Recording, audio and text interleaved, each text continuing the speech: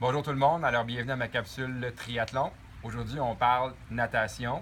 On va parler de deux aspects. Le premier, devrait-on nager d'autres styles que le crawl à l'entraînement? Et le deuxième point, on va parler matériel ou principalement pas de matériel.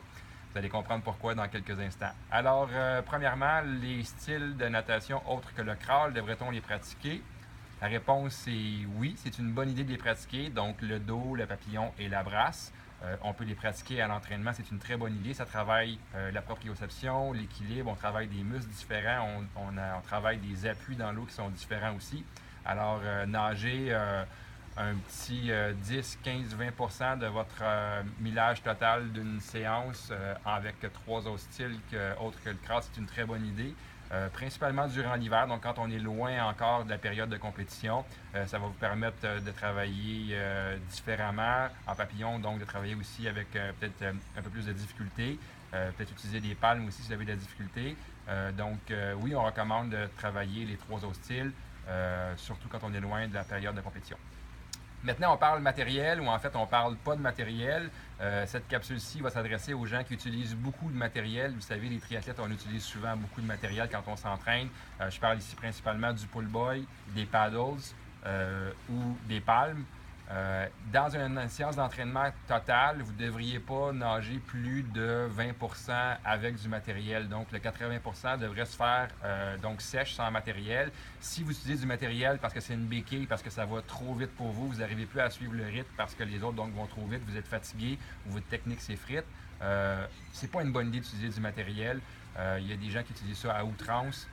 En compétition, vous n'avez pas le droit à pull boy, à des palmes ou à des paddles. Donc, essayez de limiter ça à 15-20% de votre entraînement au maximum et utilisez-le pas comme une béquille, utilisez davantage comme quelque chose qui va vous permettre de travailler quelque chose de beaucoup plus spécifique. Vous mettez le pull boy parce que vous avez les jambes fatiguées, parce que vous avez fait une grosse séance de vélo ou de natation juste avant.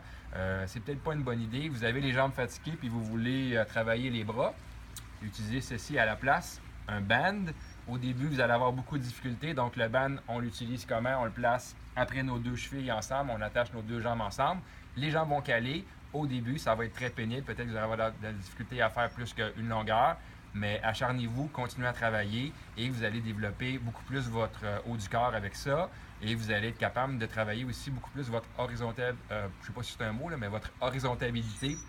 Donc, avec des jambes qui vont caler beaucoup moins, en renforçant d'ailleurs les muscles posturaux qui vont être beaucoup sollicités avec ça. Donc, on diminue les palettes, on diminue les palmes, on diminue le band et on rentre quelques séances d'entraînement avec un band.